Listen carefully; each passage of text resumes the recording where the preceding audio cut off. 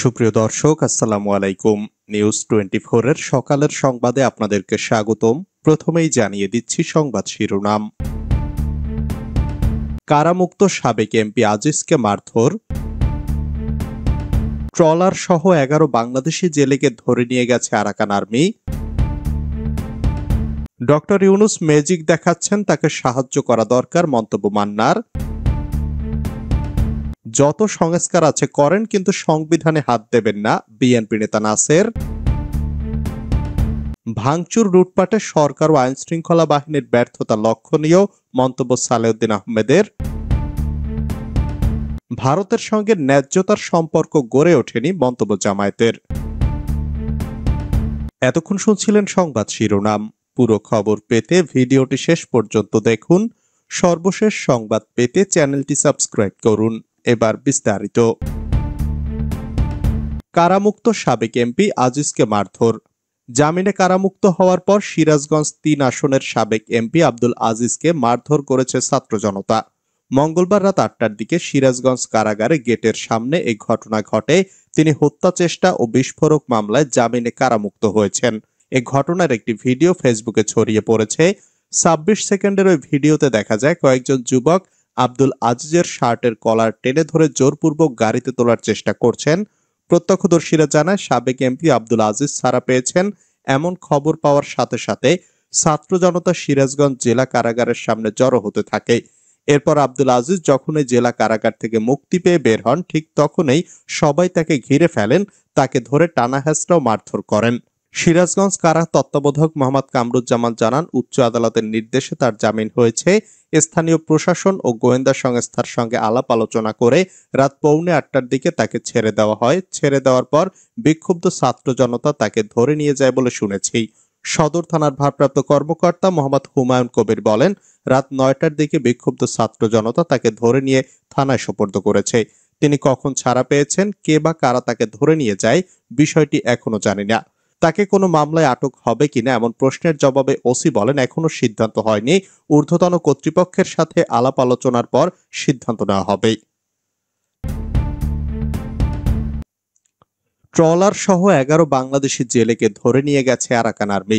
কক্সবাজারের টেকনাফের Saint Martin দ্বীপের অদূরে বঙ্গোপসাগর থেকে দুটি মাছ ধরার ট্রলার সহ 11 জন জেলেকে ধরে নিয়ে গেছে মিয়ানমারের সশস্ত্র বিদ্রোহী গোষ্ঠী আরাকান আর্মি।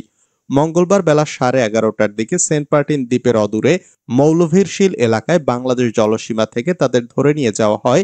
তবে অপহরণের শিকার জেলেদের নাম পরিচয় জানা যায়নি। বিষয়টি নিশ্চিত করেছেন টেকনাফ উপজেলা নির্বাহী কর্মকর্তা শেখ এহসান উদ্দিন।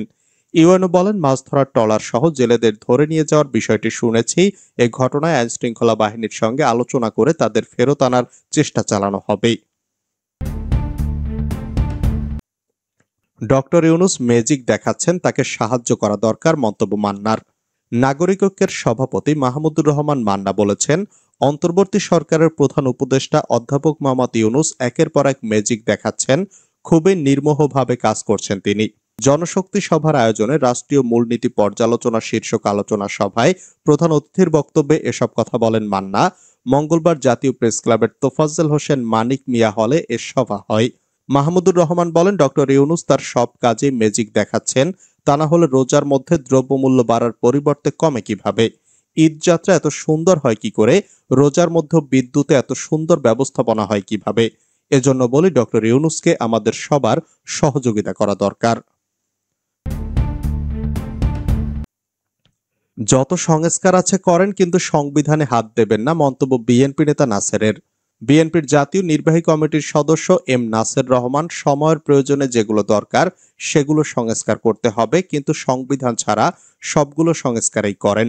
সংবিধান সংস্কার একমাত্র সংসদ ছাড়া কেউ করতে পারবে না। বাকি যা সংস্কার আছে করে ফেলেন, কোনো অসুবিধা নেই। দুর্নীতি দমনের সংস্কার, পুলিশের সংস্কার, প্রশাসনের সংস্কার, জুডিশিয়ারি সংস্কার, যত সংস্কার আছে করেন, কিন্তু সংবিধানের সংস্কারে হাত দিতে পারেন না। মঙ্গলবার বিকেলে মৌলভীবাজারের ইম্পেরিয়াল মেডিকেল কলেজের মাঠে এক সম্মেলনে তিনি মন্তব্য করেন। এম নাসের রহমান বলেন, দেশ এখন দুটি ধারায় বিভক্ত। একটা বলে নির্বাচন, আর একটা বলে সংস্কার।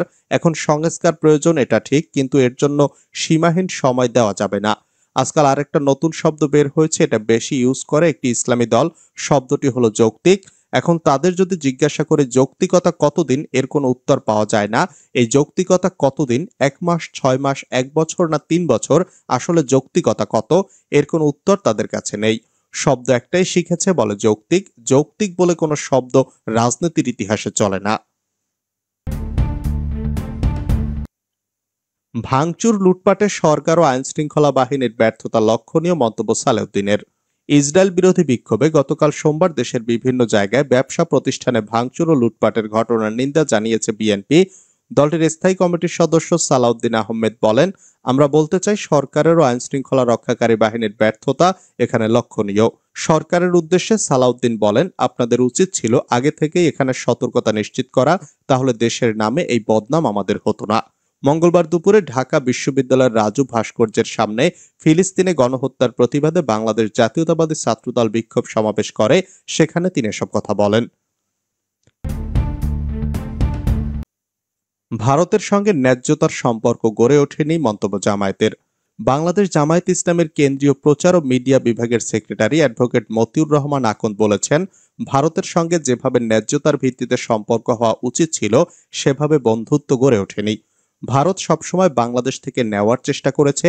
থাইল্যান্ডে বিমস্টেক সম্মেলনে ভারতের প্রধানমন্ত্রী নরেন্দ্র মোদী ও বাংলাদেশের অন্তর্বর্তী সরকারের প্রধান ডক্টর মোহাম্মদ ইউনূসের সাক্ষাৎ সম্পর্কে শনিবার এক বিবৃতিতে জামায়াত ইসলামের প্রতিক্রিয়া জানাতে গিয়ে কথা বলেন তিনি। মতিউর রহমান আকন্দ বলেন, ভারত বাংলাদেশের কাছের প্রতিবেশী, সবচেয়ে ঘনিষ্ঠ দেশগুলোর একটি ভারত। বাংলাদেশের পররাষ্ট্রনীতি হচ্ছে সবার সঙ্গে বন্ধুত্ব, কারো সঙ্গে বৈরিতা নয়। আমাদের সম্পর্ক হবে ন্যায্যতা ও সমতার ভিত্তিতে।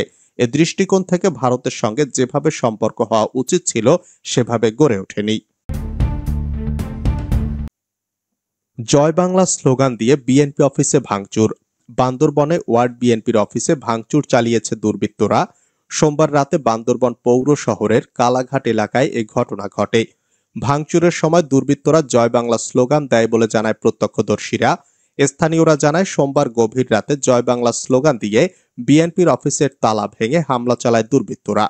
এ সময় অফিসের আসবাব লুট এবং বিএনপি চেয়ারপারসন খালেদা জিয়া সহ তারেক রহমান ও জেলা বিএনপি নেতাদের ছবি ভাঙচুর করা হয়। দুর্বৃত্তরা ভাঙচুর করে চলে যাওয়ার সময় পার্শ্ববর্তী দেয়ালে জয় বাংলা ও শেখ হাসিনার সরকার বারবার দরকার লিখেও যায়। মানিকগঞ্জ জেলা আওয়ামী লীগের সভাপতির জামিন নামঞ্জুর, কারাগারে পাঠানোর নির্দেশ। মানিকগঞ্জ জেলা আওয়ামী লীগের সভাপতি ও জেলা পরিষদের সাবেক চেয়ারম্যান গোলাম মহিউদ্দিনকে কারাগারে পাঠানো হয়েছে।